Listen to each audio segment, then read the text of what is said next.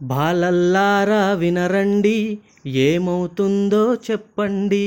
బాలల్లారా వినరండి, ఏమవుతుందో చెప్పండి. సూర్యుడు ఉదయించకుండా వెలుగు వేడి ఇవ్వకుంటే ఎలా ఉంటుందో చెప్పండి, ఏమవుతుందో చెప్పండి.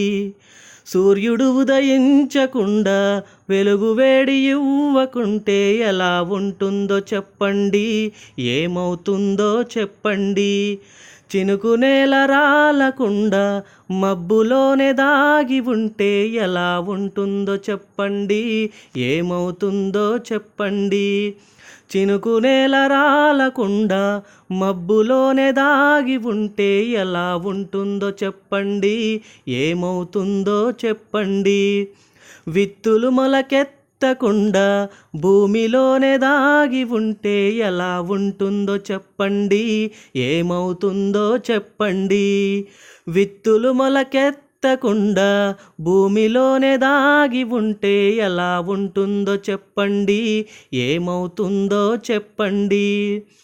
పంటలేవి పండకుండా పుడమి తల్లి అడ్డుకుంటే ఎలా ఉంటుందో చెప్పండి, ఏమవుతుందో చెప్పండి.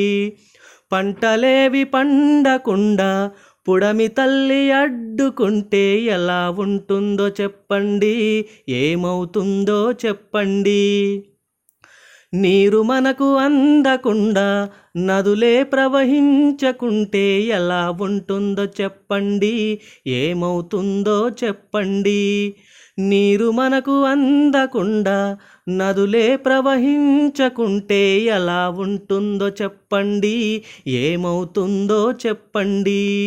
ఇరుగు పొరుగు లేకుండా తోడు ఎవరు లేకుంటే ఎలా ఉంటుందో చెప్పండి, ఏమవుతుందో చెప్పండి. ఇరుగు పొరుగు లేకుండా తోడు ఎవరు లేకుంటే ఎలా ఉంటుందో చెప్పండి, ఏమవుతుందో చెప్పండి. రచన నాలం కృష్ణారావు. మూలం గోరుముద్దలు.